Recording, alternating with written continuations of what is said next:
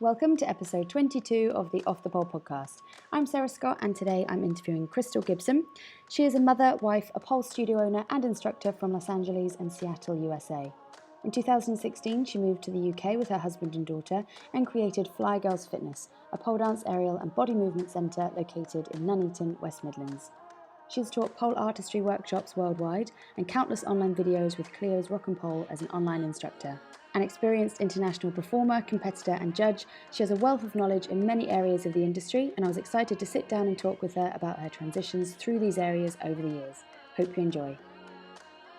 Welcome, Crystal. Welcome to my podcast. Hi. It's back. I took a little hiatus, but wanted to bring it back and wanted you to be my guest on. So thank you for giving me some of your time. So today I wanted to talk to you a little bit about your career change, how long you've been in the pole dance industry, kind of you're one of the OGs, but how long you've been in the pole dance industry and kind of how your career has changed and developed over the years into what you're currently doing now. Into the motherhood of the pole industry. Yeah. Well, I started, excuse me, I started back in 2001 as a little 18-year-old stripper in Seattle. And my friend kind of lured me into a strip club as a way to pay for our rent as we were living in Seattle. And I was a country girl, so I was like living in the country and I had no idea about dance or pole dancing or that it was even actually a thing. I went to church 3 days a week. And then I was like, okay, I'm going to move to the big city. We moved there and she's like, oh, I want to be a stripper. And I'm like, oh, what's that? She was going to do this audition night. She drugged me in and I was hooked. I saw this girl called Cherry on stage and she was whipping her head in like a really tall, like Russian ponytail, but obviously they've been around before the Russians. But and I was like, oh my God, I have to do this. And I went the next week and signed up for the amateur night, which the winnings was exactly how much it cost to get the license to become a stripper. And I won. So that was kind of fun. And then that started stripping. And for me, it was a source of money, but I became addicted to the stage presence and being on stage, holding the power, holding the space, and the lifestyle, actually having money for once, so that was pretty cool too. But with that comes a really hard party atmosphere. And I went down some paths that were really easy for an 18-year-old to go down, drug-wise. And so it put me into situations that I wasn't really so proud of at the time. And I knew with my upbringing that I needed to eventually kind of get away. So to make a long story short, I eventually ended up quitting stripping.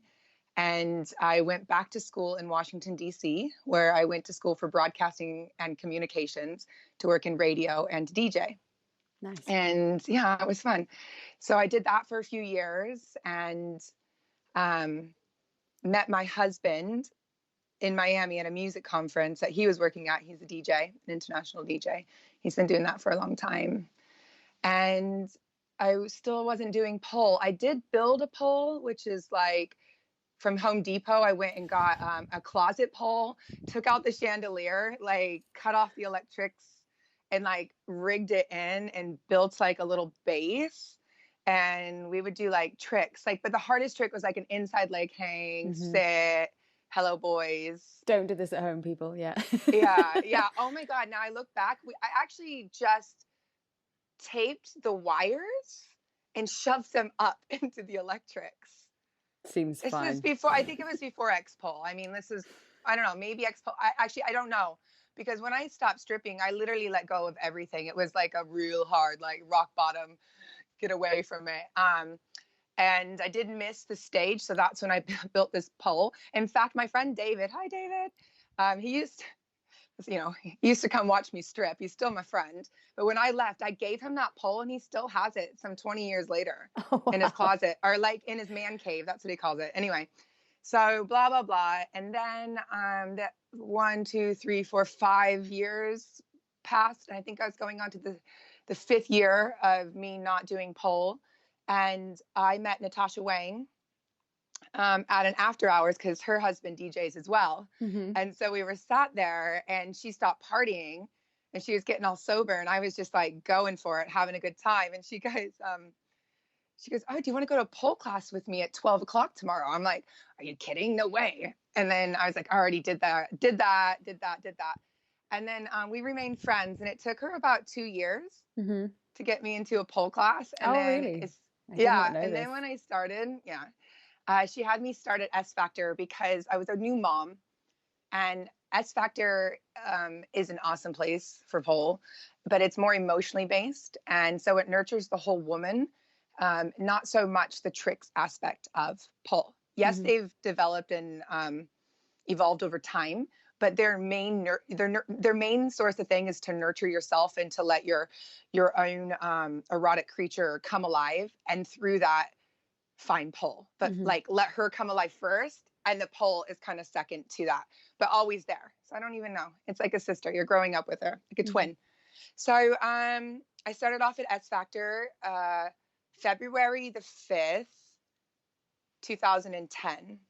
So to the day, 6 weeks after I had my daughter. Wow. And yeah, I absolutely loved it. Did 2 years of S Factor where I only went once a week for 2 hours, because that's all I could afford, and that's all I had time for, because as a new mom, your whole life is your child. But then Natasha started taking me out. She rented like a drum room where people would like drum, and she shared this rehearsal space, and we'd stick poles up, and she would do all this crazy stuff, and I would just sit and watch. And then she started teaching me, and I got stronger, and I followed in her footsteps, which is why I think I came up so quickly into the pole industry. I mean, having her as your best mate and wanting with the same desire. Yeah, I mean, she's pretty up there. So yeah, to have her as a training buddy, you're pretty lucky. Yeah, and like as a soul person, she's like pretty much as cool as humans get. Nice. I love her. Anyway, so then she started going over to the choreography house before it was the choreography house, when it was just her and Kelly and a couple other girls. And then I went over to the choreo house 3 months after it opened, and was doing every class I could for the technical aspects, because I really wanted to get into the new show, Girl Next Door. And then I didn't make it in the first cut, broke my heart. And then I got in the next round. And then within that year, I was actually casting the show and stuff, which helping cast some of the shows and the auditions, and loved it. And then that started my world of performing. I taught at the choreography house for 5 years. And we did 9 shows a year with Girl Next Door. So there were monthly creations, performance value. So you didn't have to put as much into them as you would a competition piece. And it was, again, more the story. So I was able to combine what I learned at S Factor with the emotionality and the acting side, because Sheila Kelly is an actress as well. So she secretly embeds these little things into your head, how to get emotions out of you through movement. And then the choreography house with Kelly Vaughn's guidance on how to create beginning, middle, ends. And Natasha, I just loved pole and started doing all these shows. And then I started doing Be Spun with the amazing Leanne Riley. And those shows were hard because they were choreography based. And although I worked at choreography house, I actually taught pole tricks. So I was just tricks. And when I started at Be Spun, that was really difficult for me because it was group choreography, and I had a hard time putting all of that into my head. Anyway, there was a shooting at my daughter's school when she was 6, and that was kind of the icing for us to move out of LA. There was a couple other things that happened, and nobody was harmed outside of the person that was shot purposely. But anyways, it just made me realize that I wanted to live my life where it was a little bit easier, where I could be around family. The cost of living wasn't so as expensive as living in a city. So my husband is from the Midlands. There's a little post that says this is the center of England, about 10 minutes from my house. So it's literally smack in the middle of England. And I said, okay, I'll go, but I have to have a studio. So he said, okay, cool. So we came here and I saved up money, and I was looking for about 1.5 years for a space. I thought I found a space, but there's an amazing group on Facebook for pole studio owners. And after putting a lot of my questions and concerns, Stacy added me to the group before I actually had my thing. So I was really thankful for that, and just put up everything I thought. And then everybody gives really good feedback and it's quite honest. Mm-hmm. So I had to take something that I thought was going to be amazing and awesome and look at the reality of how much it was going to cost, and decide not to go for that venue. And then one day I ended up in a different little tiny village outside my village.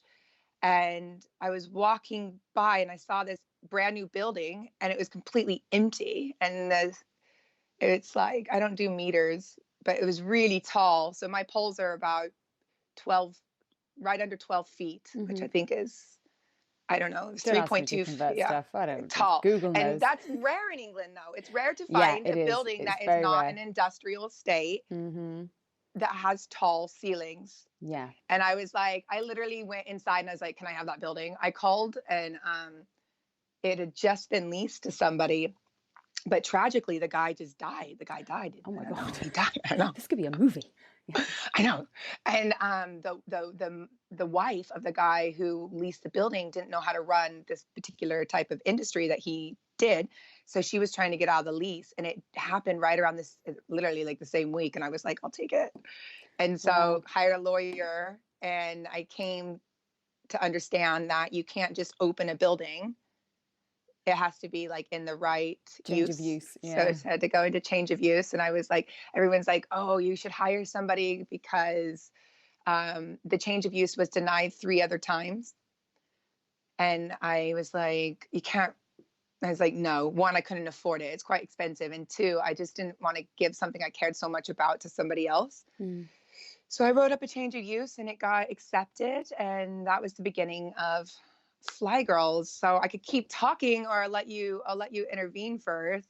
No, it's fine. I mean, it's nice to kind of, it's been, I mean, obviously you've been in the industry for many, many years. So I think it's interesting for people to hear kind of how just because, you can start something and then it can end up being something completely different. Like you started in stripping and then you left it for a bit and then you came back just as a student and then an instructor and now as a studio owner. And it has obviously changed and developed. You've changed, continents in that time as well. But what kind of challenges change? Yeah. What kind of challenges have you maybe found with starting your own studio versus being an instructor, for example? Yeah. So being an instructor is great. And then because you're always working on the newest thing and the coolest thing. And it's like your headspace only has to handle your particular class. Whereas when you become a studio owner, the best thing I can relate it to is motherhood. In fact, I think it's pretty much comparable to having a child, because it becomes a lifestyle. It's no longer a job. You can't be a studio. You could if you did the business side, but I teach all but 2 classes. So I teach 24 hours a week. And that's my choice. And I'm really hyperactive. So I don't know what else I would do. I don't want to run the business. I'm a teacher first and foremost. So with that comes a lot of specific obligation and responsibility. So when I was a traveling instructor and an instructor, it was kind of a bit more, I guess, a little bit more glamorous, because you just like rock up. You're like, hey, look at this stuff I taught. And it was, you're kind of always evolving that way and getting to see a lot of things, getting to meet a lot of new people. You have more headspace for competitions, more headspace for shows, for judging, performing, all of that.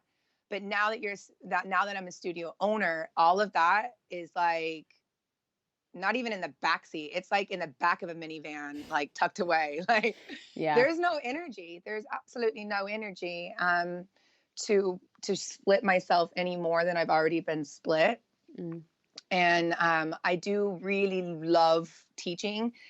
It's like my best gift, and it's a gift to myself as well. So I love it for that. But your concern's more about your students. I have 120 active students, and I know nearly probably like 90% of their names. I know their weaknesses. I know their strengths. I know if, like I could tell if they're having a bad day right when they walk in, or if they're feeling good about themselves. So you change and you exchange one gift of gratitude of teaching for the gift and the gratitude of receiving, but through parenting. So it's not as glamorous as at all, because you don't really have time for your Instagram. You don't have time for your social media handles. Where I used to have a lot more power in my pole, I can't actually exert my energy when I do get to do pole. I can't exert that power because there is no more power left. Unless I did lots of supplements and bulked up and wanted to do like weight training, and that again, I wouldn't really be able to do as a studio owner because it takes your time. So being a studio owner it is really soulfully like independent like type of reward. So you might not get as many likes and as many views, and you might not be on as many stages or judging a lot of shows and things like that. But every single day you're getting rewards of seeing actual people grow in confidence, and their bodies are shaping and they're making friends. And I can see, it's crazy, the more and more I do this, right? Like the more and more I do it, I find like quicker little crevices into the person, and like different ways of like working through them quicker. And it's like building your own community. That, I mean, I guess as an instructor, you're getting to build a very small community within your own class. But as a studio owner, you're kind of cultivating a real tribe that you can kind of see developing from a kind of a wider stance. But with that also becomes the fact that you're not only running a small business, you're also, as I say, teaching, which I know a lot of studio owners do, which takes a huge amount of time. So that is a full-time job in itself. But then if you add the studio maintenance, the administration, the marketing, the advertising, you literally have so many caps that you have to put on. And I'm a mom, and you're a mom as well. Like not personal life, personal life on top of that. It's crazy how many jobs comes in really well. It's like I can actually bounce around quite quickly, and we do have some things that I don't want people to think that if they want to open a studio that it's just going to be draining and it's going to be really hard, but you just have to be able to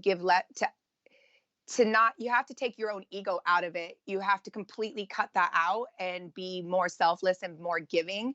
And your reward isn't going to be massive amount of people watching you or following you, but your reward is understanding that you have something of value to offer somebody that's going to make their life better. And that to me is like, for me personally, it might not be that way for everybody, but that to me is like, that's my everything. So I don't want people to think if you open a studio, it's going to be so much you can't handle, because to be honest, like the admin side, I try to give to the admin side how much money it actually makes me. So I'm not going to put so much energy and effort into it if I'm not actually, you're never going to get rich being a studio owner. You'll be able to make a living, but you're not going to be super rich. Okay. Pardon? But at the same time, the work-life balance for that should also hold value. So you don't want to be like working as much as somebody that's probably making double. Do you know what I'm saying? Yes, so like know your own value, know your own worth, know how much effort and time. So what you do is there's a lot of programs. Like I love Go Team Up. For a lot of, I know that everybody's up and down. Programs aren't always going to be 100% great, but it's 100% great in my book. I don't care. That 70 quid a month that I have to give them makes me not have to sign people in, not have to sign people out. It helps my finances. Because of Go Team Up, I was able to buy a house this year. Yeah, I'm a homeowner. Because I was able to download all of the documents of the studio and hand them to an accountant. And they're like, okay, yeah, you're legit. So there are programs that help you get people in the doors, take the money, handle the money, and things like that. So there are programs. We had them on the podcast because they're very, very helpful. And they are really supportive of pole studios and the pole community in general. I know Stacey Snedden's worked with them a lot as well. So, and Stacey's been a really big help as well. I mean, she's pole mama. She's pole community pole mama. UK, pretty much around the world, but so much for the UK. And Shimmy and Maddie helped me a lot with understanding how to open a studio as well, because they're my like soul sisters too. And then Tiffany Feeney, she was the one who actually was like, just move to the UK, you can do it. Yeah. So she really helped. But having the other women in front of me, knowing that they can do it, was a really big help to understanding and doing it. But there are programs like Go Team Up that help. And making sure your website matches Go Team Up is key. too, so that it's just like boom, boom. And I take about maybe 5 business calls a week. That's it. I like Nice. everything. I'm like, use the website, because I don't have the time and the energy to respond to everybody. I'm like, use the website. And if you put everything into the website and it matches the Go Team Up, which I ain't gonna lie, it's gonna take you a good 40 to 80 hours to set up your website and to make those two sync. But then you don't have to do much maintenance past that, And the biggest thing, also one of the bigger things on the creative side of owning a studio, is know what your studio is before you open it, and make minor adjustments, because you don't want your schedule changing all the time.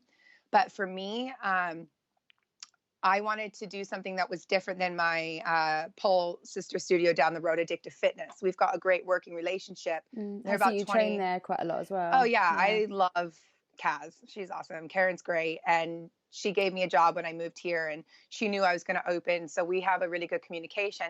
So I didn't want to go into my studio being 20 minutes away from her studio and run a similar thing to what they're doing.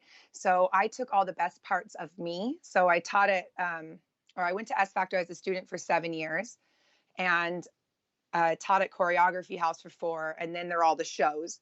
So what I did was find a really happy balance of what meant the most to me and what was so easy to regurgitate to students, because I truly, fully believed it, and I made classes. So we run a primarily 6-week courses, and the same exact class is taught over all those, and they're 90 minutes long. So if you can't make that class, you can jump around, and there's slightly higher levels by a point of a grade. And each point value that goes up has a little bit harder thing at the end of the routine. So everybody starts off the same routine from beginner to advanced. And at the end of the routines, like this track will stop, they'll stop. And like the higher level class, they'll have like a whole other combo at the end of the routine. And it creates the same essence of flow, across the studio. And it's really beautiful to watch, and I love it. But like, to me, like, that's what makes us us. And that's what makes us different, is like, we're a choreography based studio. And I find courses work better than drop-ins. I only have like a handful of drop-in classes. And then that to me is more financially stable, and it keeps me less anxious, because I don't like money. I love money.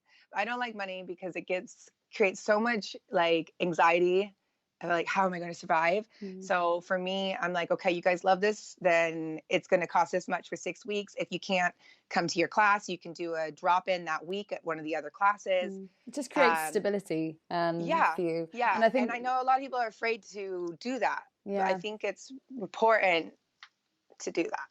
I think because I teach a lot of experts, and we have chats with the people at the beginning of the course, and some people are already teaching, some people are brand new, and some people are already studio owners. And we always bring up the question about, when we're talking about lesson planning and things, do you do mixed ability classes? Do you do broken down in levels? Do you do courses, or do you do drop-ins? And it's very interesting how diverse and different studios can be, and that's a good thing. So yeah, I think it's definitely, as you say, like, it's finding what works for you and what works for your students, sticking with it. It is possible to do any of the above and make it work, but as I say, if you like to have the stability of having courses, when I ran a studio, we did courses as well. We did 6-week courses, and I agree with you. I think it added stability.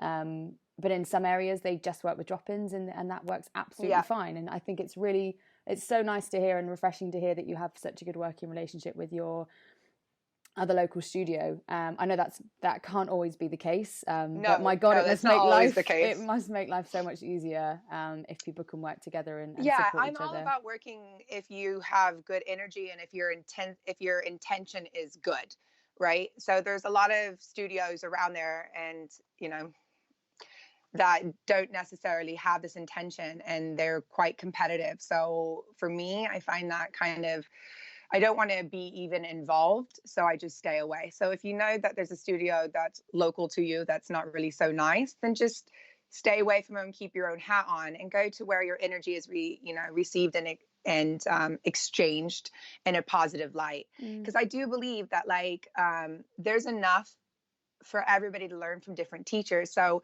if you want, you shouldn't feel guilty if a student shouldn't feel guilty if they want to go to my studio or to Bliss Studio down the road or to Addictive Fitness, because we're about 20 minutes from each, all three of us.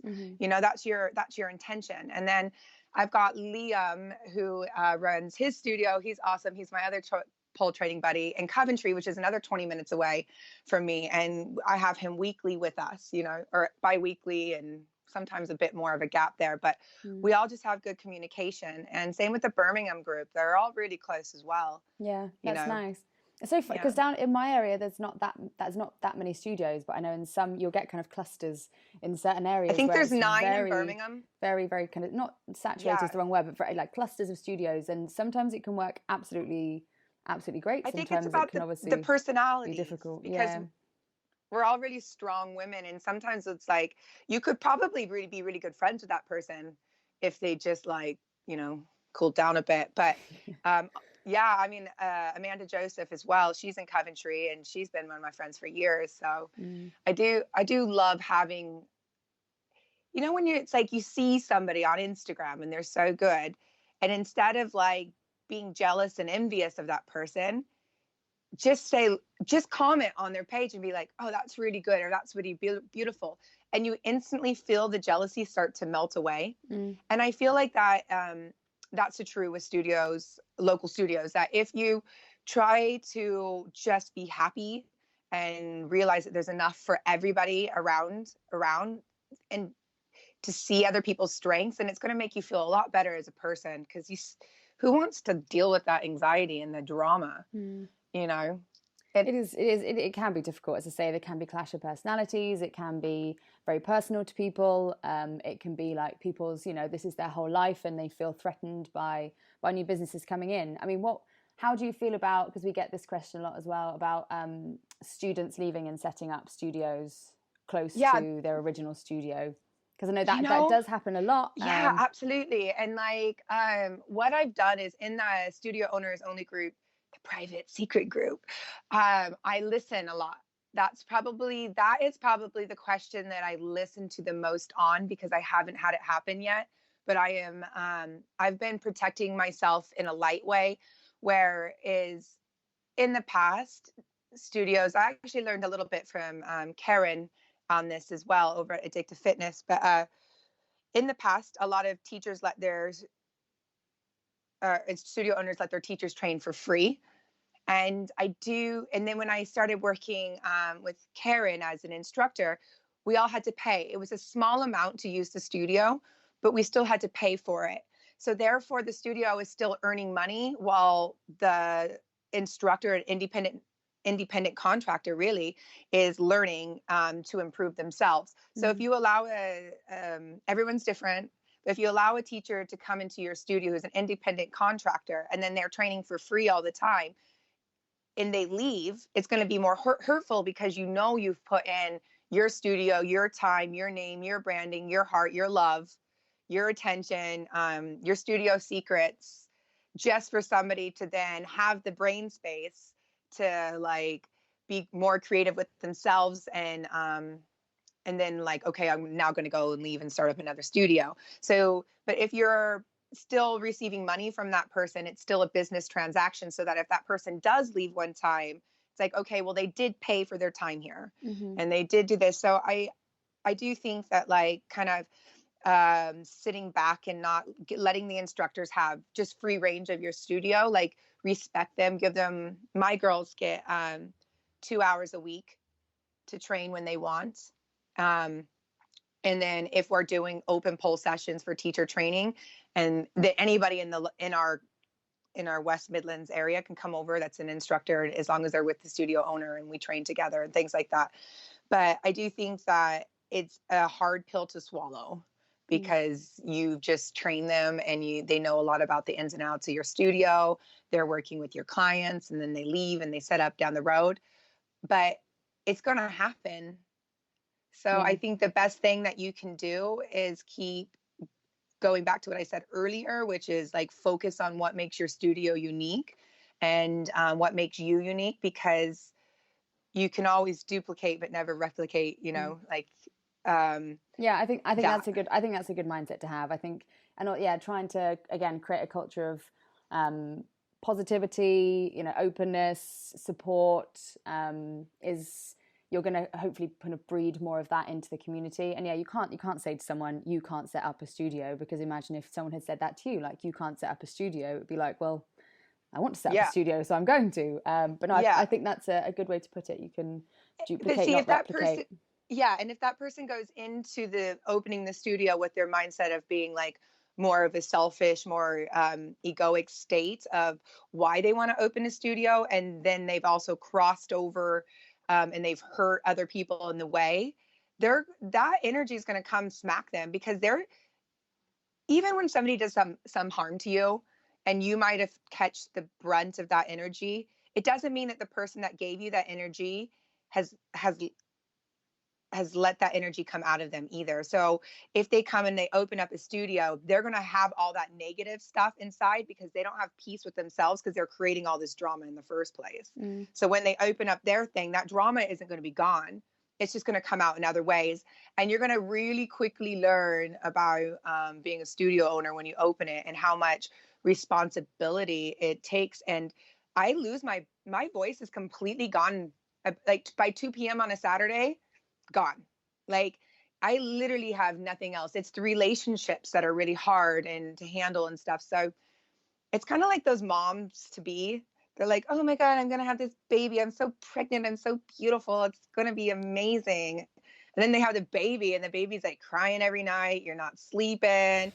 Your milk is coming out your tits. Like, you can't even use the bathroom. Your husband's sleeping sound, and you're just like going nuts. You've got your hormones. All of those things happen to studio owners. Like, so you've got to be a really strong individual to open up a studio and to make the studio last. And I think communication is key. When I first, like I said, started working with Karen and over at FPS in Birmingham, that's about 45 minutes away from me, that studio. I let them know I'm going to open up a studio in my area. And then they relocated, which was a little bit closer to me. But because the communication was always the intention of, I'm going to leave and I'm not going to take a single one of the students that come in my class. I'm not going to like poach them. I had a private Facebook group for my class with them.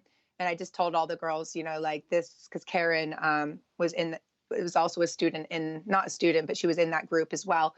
I was like, I'm going to not use this group anymore, because, I'm moving over. So I just kind of let her have her students. And it's been really brilliant, because like they'll come over for workshops and things like that. But I think studios shouldn't be so worried about other people coming over, because if you got a good thing going, they're not going to leave you anyway. Like those addictive fitness girls, they stay there because they love the environment. They love their sisterhood. And that's awesome. And occasionally one or two will trickle over, and me and Karen train all the time together. But just have some like faith in what it is that you've created, and the women that you're working with, and you'll see, like it's all going to be all right. Yeah. But yeah, it's really good. It's good. I love being a studio owner. It comes with challenges, and some Saturday mornings after getting done teaching at 8:30 on a Friday, and I've got to be in the studio at 9:30 in the morning. I'm like, I just want to stay home and sleep. But no regrets though. You're happy with your. Oh no, I'm super happy with the move. I learned to drive on this side of the road, which is cool. And I got a driver's license, so I passed that test. Good. And Congratulations. then I bought a home, opened the studio, running the studio. My daughter's thriving. She's awesome. We have a couple really cool programs. Like we have an autism class at the studio. Nice. That we do free to the community. So I think that's a really cool thing too. If you're going to open up a studio, is to find a way to give back to a cause before you need the cause. Before something tragic happens in your life and you need the community, create a community first and start giving to the community that you live in. And then one day when it's your turn to need your community, you already created a community else in your community. Does that make sense? Yeah, 100%. Yeah. I think that's really, really good advice. You've hit us with so much today. Oh We're my God, already I thought we went over those 30 minutes. We did. Only a little bit though. We're only at I'm at like 34 plus the bit You when can I was edit some of faffing at that the out. beginning. No, I don't want to edit any of it out. That's been really, really helpful. Thank you for sharing. I did just want to kind of just get you on and listen, really. There wasn't too many things that I think we covered pretty much everything. I think the only thing that I was going to ask you was if you have any specific goals for yourself. I know obviously as a studio owner it's very much focused on the studio, but I know I've seen you post, which kind of sparked off flexibility. This original post, the original podcast discussion we started, I think was after you posted something on your Facebook initially saying, you know, that you had found so much less time for yourself and you've been putting so much into your studio. So do you still have time other than like I want to be bendier to work on your own things, or is it more just you know what, I have been I find that when I work on projects, I get migraines at the end of them. Kitty Velour's thing, Candy Box, it was so cool. But when I was done, 10 minutes after, I got a really bad migraine. Sometimes I get really emotional, and I get like preparing for comps, we all do, or showcases.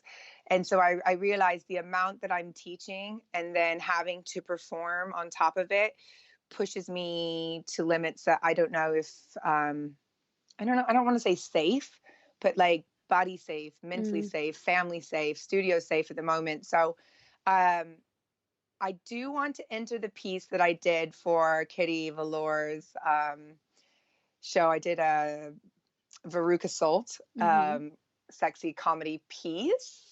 And I want to do that for Pole Theater. So I'm kind of getting the courage up to submit that whenever those come out. You've put it out there now, so I know, now we can all hold you accountable. I didn't say what year, but yeah, Come flexibility on. and 2020 and doing Crystal's the comedy gonna section. Do it. Yes. Oh no, you have to do that. Definitely. Oh, I have to get in first.